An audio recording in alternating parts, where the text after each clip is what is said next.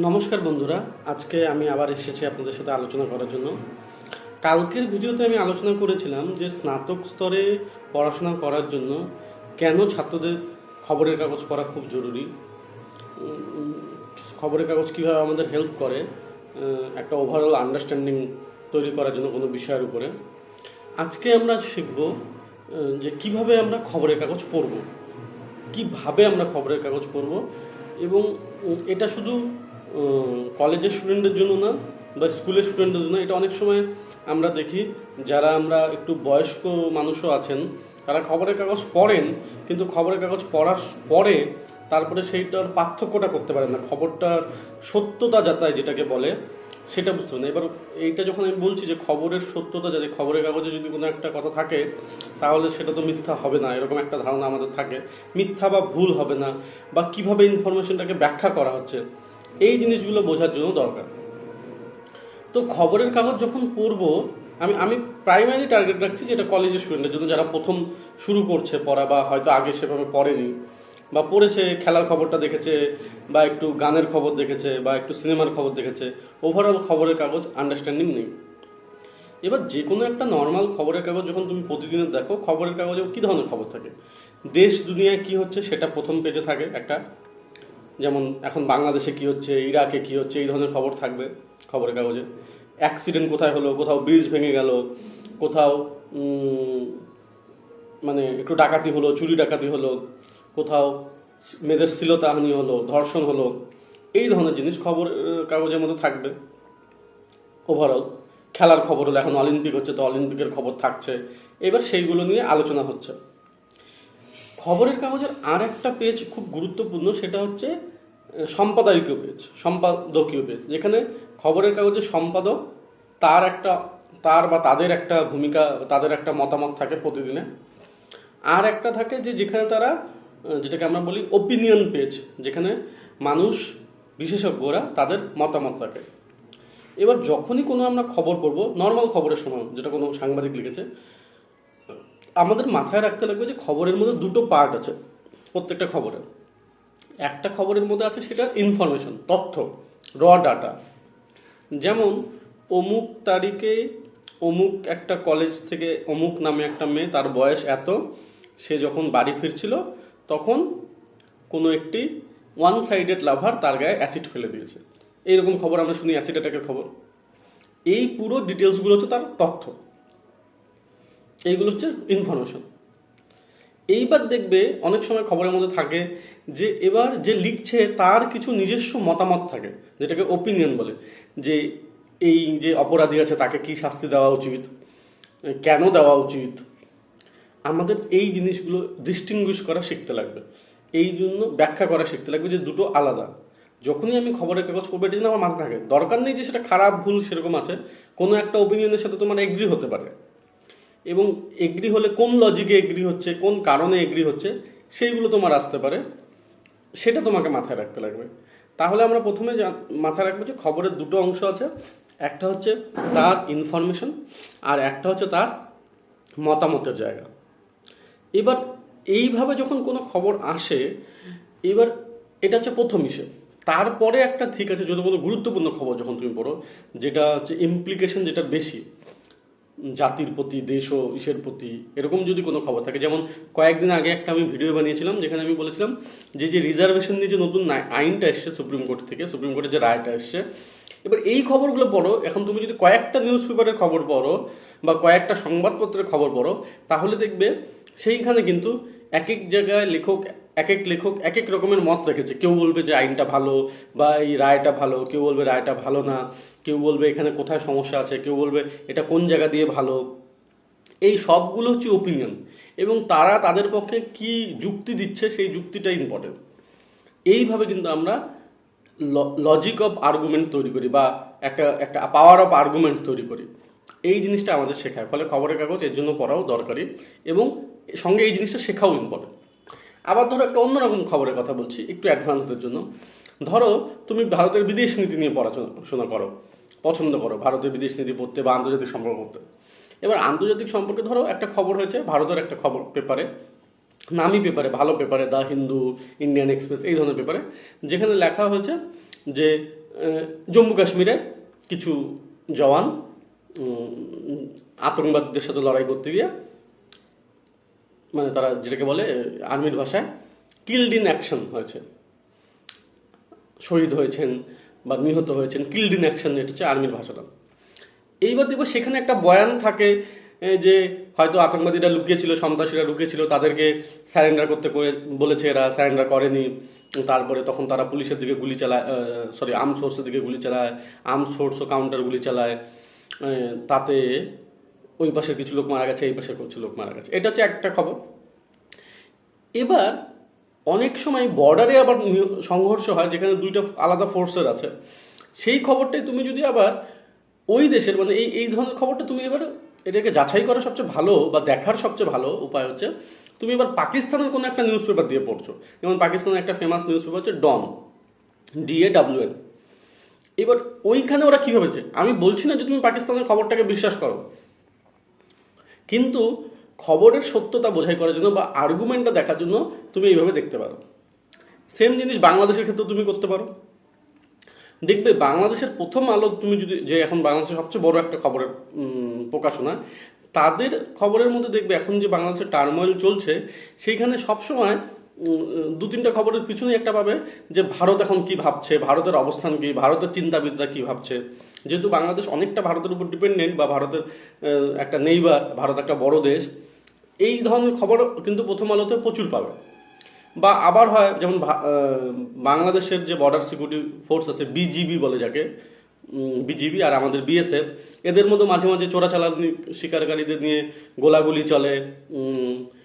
তারপরে তোমার তখন এই পাশ থেকে ওই পাশে কোনো সময় ওই পাশে কিছু লোক মারা যায়, কোনো সময় এই পাশে কিছু লোক মারা যায়, সেই সময়ও খবর বেরোয়।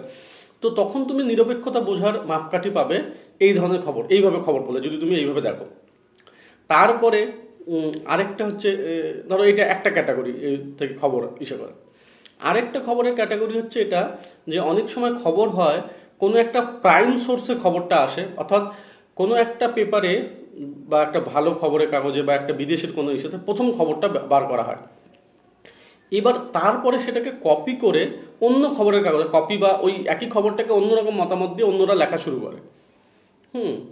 যেমন ধরো নিউ ইয়র্ক টাইমসে কোনো একটা খবর এসছে, কিন্তু নিউ ইয়র্ক টাইমস যেহেতু আমি নর্মালি সবসময় দেখি না, হয়তো তুমি দুদিন পরে ওই খবরটা পাচ্ছ আমাদের ভারতের কোনো একটা খবরের কাগজে, দ্য মিন্টে বা দ্য হিন্দুতে, সেখানে ওরা কোটেশন করছে যে নিউ ইয়র্ক টাইমস এরকম বলেছে।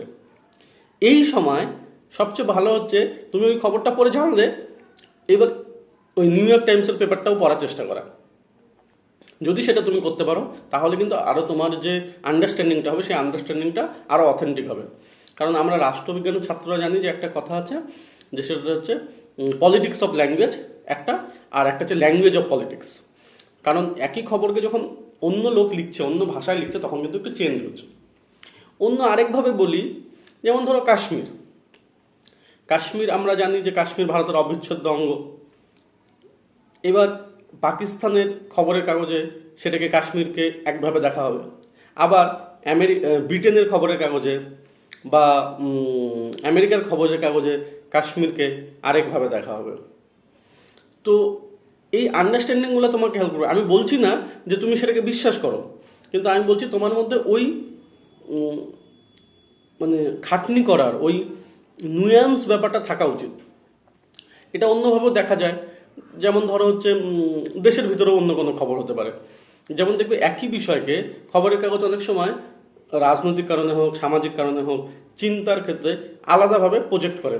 এখানে আমার একটা ক্লাসিক উদাহরণ মনে পড়ছে, সেটা হচ্ছে তখন আমি সম্ভবত এটা 2014 সময়, আমি তখন যাদবপুর বিশ্ববিদ্যালয়ে পড়াশোনা করছি। যাদবপুর বিশ্ববিদ্যালয়ের সামনেই যে রোডটা, সেই রোডের মধ্যেখানে প্রচুর গাছ লাগানো ছিল, এবং তার মধ্যে বেশিরভাগ গাছ হচ্ছে কৃষ্ণচূড়া গাছ। তো আমরা যখন যাতায়াত করতাম দেখতাম, দেখতে ভালোই লাগতো। একদিন সকালবেলা খবরের কাগজ পড়তে গিয়ে দেখছি যে ওই জিনিসটা নেই, ওই জিনিসটা একটা ছবি তুলে রাস্তাটা, মানে সুন্দর রাস্তা, মধ্যেখানে কৃষ্ণচূড়া গাছ, সেরকম একটা ছবি তোলা হয়েছে খবরের কাগজে দিয়ে। একটা খবরের কাগজে, ধরে নিচ্ছি খবরের কাগজটার নাম সেই খবরের কাগজে লিখেছে যে সরকার এখানে গাছ লাগিয়েছে, গাছগুলো যত্ন নিয়েছে, ফলে দেখতে কি সুন্দর লাগে, ভালো একটা পরিবেশ সুন্দর হচ্ছে, পরিবেশের জন্য এসে পরিবেশও দেখতে ভালো লাগে, সবুজ বেড়েছে, তারপরে এই যে গাছের ফুলগুলো হয়েছে, কৃষ্ণচূড়া ফুল দেখলে দেখ সুন্দর লাগে এরকম। ঠিক আছে, পড়লাম খবরের কাগজটা এরকম। একদিন গেল, দুদিন গেল, তারপরে একদিন দেখছি ঠিক একই জায়গারই ছবি, একটু আলাদাভাবে ছবিটা তোলা হয়েছে, মানে একটা ছবি যদি তুমি একটু পরে তোলো যে বোঝায়, ওই ছবিটি তুলেছে। এইবার ওখানে একটা খবরের, ওইটার উপরে আরেকটা খবর হয়েছে, অন্য একটা খবরের কাগজ। এইবার তারা একদম বিপরীত লিখছে যে এখানে কৃষ্ণচূড়া গাছগুলো লাগানো ভুল হয়েছে, এই গাছগুলো লাগানোর ফলে এখানে কোনো পশু পাখি, মানে সরি পশু তো না, পাখি পাখি থাকতে পারবে না, কারণ পাখির খাওয়ার কিছু নেই, এটা তার জায়গায় অন্য কোনো ফলের গাছ লাগালে খুব ভালো হতো। এটাকে বলে হচ্ছে দৃষ্টিভঙ্গির পার্থক্য। মানে একই জিনিসকে খবরের কাগজ কত ঘুরিয়ে দেখিয়ে দিতে পারে, এই ধারণাটা তোমার থাকা উচিত, এই ধারণাটা তোমাদের থাকা উচিত। এটা এটা যদি আমি অন্যভাবে বলি, বা আরও আরও উদাহরণ দিই, যেমন যেমন ধরো এখন যদি তুমি বাংলাদেশকে ফলো করো, তাহলে দেখবে বাংলাদেশের যে এখন কেয়ারটেকের সরকার হচ্ছে বাংলাদেশে, সেই সরকারের যে যিনি প্রধান আসছেন মোহাম্মদ ইউনুস, যিনি একজন নোবেল বিজয়ী, তার যে ফর্মুলা, সে যে ক্ষুদ্র ক্রেডিট, মাইক্রো ক্রেডিটের, যিনি যে মাইক্রো ফিন্যান্স বা মাইক্রো ক্রেডিটের যে বিশ্বাস করেন, যে ছোট ছোট লোন দিয়ে লোকজনকে কি করা, লোকজনকে স্বাবলম্বী করে তোলা, তার যে এই ব্যাখ্যাটা, তার বিপরীতে আবার অন্য চিন্তাবিদরা যেমন আছে, যেমন অভিজিৎ বিনায়ক বন্দ্যোপাধ্যায়ের মতো যে নোবেল জয়ীরা আছে, তারা বিশ্বাস করে না এটাতে কিছু হয় না, সাবস্ট্যান্টিভ বড় কাজ করতে লাগে, বড় জব ক্রিয়েট করতে লাগে, তাহলে উন্নতি হয়। এই যে দুই ধরনের চিন্তাবিদের চিন্তা আছে, দুজনেই নোবেল বিজয়ী। এবার এদের বিষয়ে যখন খবর হবে বা কোনো বিষয়ে লেখা বেরোবে, তখন দেখবে এদের ওপিনিয়ন দুজন আলাদা হবে, চিন্তা আলাদা হবে। সবসময় খবরের দরকার নেই, হয়তো এরা কোনো পেপারের জন্য লিখলো, তাহলে সেটা তার ওপিনিয়ন হবে। আমরা অনেক সময় শশী থারুরের লেখা পড়তে পারি খবরের কাগজে, তাহলে শশী থারুরের লেখাটা কিন্তু সবসময় মাথায় রাখতে লাগবে, বেশিরভাগ ইনফরমেশনটা ওখানে তার কিন্তু ওপিনিয়ন, এটা আমরা ভুলে যাই। সেই রকম আরেকজন হতে পারে, সেরকম কেন্দ্রীয় সরকারের হয়ে কেউ লিখতে পারে এরকম। তো মানে আমাদের এই জিনিসটা ডিস্টিংগুইশ করতে লাগবে প্রথমে, যে খবরের মধ্যে কতটা ইনফরমেশন আছে আর কতটা ওপিনিয়ন আছে। আমি বলছি না যে আমাদের ওপিনিয়নটা ফেলে দিতে লাগবে, ওপিনিয়নটা দরকার, বা ওপিনিয়নটা আমাদের হয়তো একটা আন্ডারস্ট্যান্ডিংকে বৃদ্ধি করে, লজিকটাকে বৃদ্ধি করে। সেন্টারে যখন আমি এমফিল গবেষণা করছিলাম, আমার যে রিসার্চ গাইড ছিলেন প্রফেসর মানবী মুখোপাধ্যায়, তিনি একবার বলেছিলেন যে পাওয়ার অফ আর্গুমেন্ট যেটা থাকে, মানে একটা আর্গুমেন্টেরও তো একটা পাওয়ার থাকে, সেটা যদি গ্রহণযোগ্য হয় সেটা আমরা গ্রহণ করবো, সেই নমনীয়তা আমাদের মধ্যে থাকতে লাগবে। কিন্তু আমি যেন ওটা শিখি যে এটা কেন এবং কি কারণে হচ্ছে। হ্যাঁ, যেমন ধরো ওই প্রথম উদাহরণটাতে যদি আবার আসি, যদি তুমি যদি নিজেকে প্রশ্ন করো যে অ্যাসিড অ্যাটাকের ক্ষেত্রে দোষীকে কি শাস্তি দেওয়া উচিত, এবার তোমরা ধরো বন্ধুরা মিলে আলোচনা করলে, কয়েকজন, 5জন বন্ধু, কেউ হয়তো বলবে যে ফাঁসি দিয়ে দেওয়া উচিত, কেউ বলবে না ফাঁসি দেওয়ার দরকার নেই, যাবজ্জীবন কারাদণ্ড দেওয়া উচিত, কেউ আবার বলবে যে না, এটাকে এই যে অপরাধী আছে তার বয়স কম, তাকে বা কোট আনকোট বেশি বয়স না, তার 20 বছর, 22 বছর, 25 বছর বয়স, তাহলে তার জীবনে একটা ভবিষ্যৎ আছে, তাকে কোনো সুযোগ দেওয়া উচিত নিজেকে সংশোধন করা। এবার এই যে সে সিদ্ধান্তে আসছে, সে কিসের জন্য আসছে, কি কারণে, কি ব্যাখ্যা সে দিচ্ছে। সোশ্যাল সায়েন্সের ক্ষেত্রে আমাদের মাথায় রাখা উচিত, সোশ্যাল সায়েন্সে কিন্তু আমাদের কোনো একটা ঠিক সিদ্ধান্ত হয় না সবসময়। হ্যাঁ, সবসময়, বেশিরভাগ সময় কোনো একটা ঠিক সিদ্ধান্ত হয় না, আমরা কি কারণে বলছি সেই লজিকটা বেশি ইম্পর্টেন্ট হয়। তো আমাদের সেই লজিকটা ডেভেলপ করতে হবে। এটা ক্যাপিটাল পানিশমেন্ট নিয়েও হতে পারে, যে ফাঁসির সাজা থাকা উচিত কি উচিত না। এবার এটা নিয়ে বিতর্ক হয় স্কুল লেভেলে, কলেজ লেভেলে ছাত্রদের মধ্যে, তুমি সেইভাবে ভাবতে পারো। এই লজিকটা খবরের কাগজ যদি তুমি এইভাবে পড়ো, তাহলে কিন্তু তুমি অনেক কিছু ক্লিয়ার বুঝতে পারবে। না হলে অনেক সময় আমি দেখি ছাত্রছাত্রীদের মধ্যে এবং বয়স্ক লোকদের মধ্যে এই ভুলটা করতে দেখি, তারা ওপিনিয়নকে খবর ভেবে নেয়। যেহেতু সে কোনো বিখ্যাত ব্যক্তি লিখেছে, কোনো বিখ্যাত ব্যক্তির কথাটাও কিন্তু তার ওপিনিয়ন। সে নোবেল জয়ী হতে পারে, সে বড় কোনো স্পোর্টস পার্সন হতে পারে, যেমন এই এই কি এই যে অলিম্পিকের যে হচ্ছে ভিনেশ ফোগটকে নিয়ে দেখো, অনেক বড় বড় খেলোয়াড়রাও তাদের ওপিনিয়ন দিচ্ছে, তাদের মতামত দিচ্ছে যে কী হওয়া উচিত বা কী করা উচিত। এই সব কিছু কিন্তু তাদের মতামত, এটা মাথায় রাখতে লাগবে। হ্যাঁ, মতামত মানেই যে সেটা ভুল বা ঠিক এরকম কিছু না, কিন্তু আমাদের এই ডিফারেন্সটা মাথায় রাখা উচিত, এটা একটা মতামত এবং তুমি সেটার সাথে এগ্রি করছো কি করছো না, এগ্রি করলে কেন করছো, এগ্রি না করলে কেন করছো, এইটুক তোমার কাছে আশা করা। এটা যদি তুমি এইটা যদি তো এইভাবে যদি তুমি নিজের মাইন্ডকে তৈরি করে নিতে পারো, তাহলে তোমার জন্য একটা ভালো মানে কি বলবো, as a better human being হতে তোমাকে হেল্প করবে এবং বেটার তর্ক করতে বিতর্ক করতে তোমার জন্য কাজে দিবে। ঠিক আছে, আজকে এখানেই রাখছি। Thank you. ভালো লাগলে লাইক করো, কমেন্ট করো, শেয়ার করো।